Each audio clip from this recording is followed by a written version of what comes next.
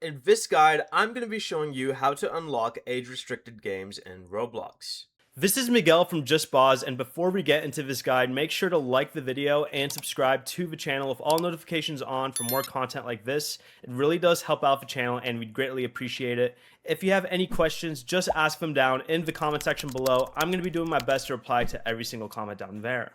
If a game shows an unlock button, go ahead and select it, and Roblox may ask you to get permission from a parent or guardian.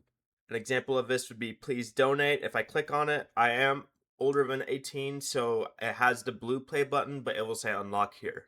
Another thing you can do is if you are old enough as well, tap the three dot menu in the bottom right, scroll down until you see settings, go ahead and click on it, select account info, and make sure you complete the age verification process if you haven't already. Next, go back to settings and open privacy and content restrictions. Select content maturity at the very top and use the slider to choose your allowed content level: minimal, mild, moderate, or restricted. Move it higher to access more experiences as long as your verified age allows it. Now return to the Roblox homepage and try opening the game again. For me, it was please donate, so let me go back to that. But the unlock button should now be replaced with a play button like it is for me, allowing you to launch the experience.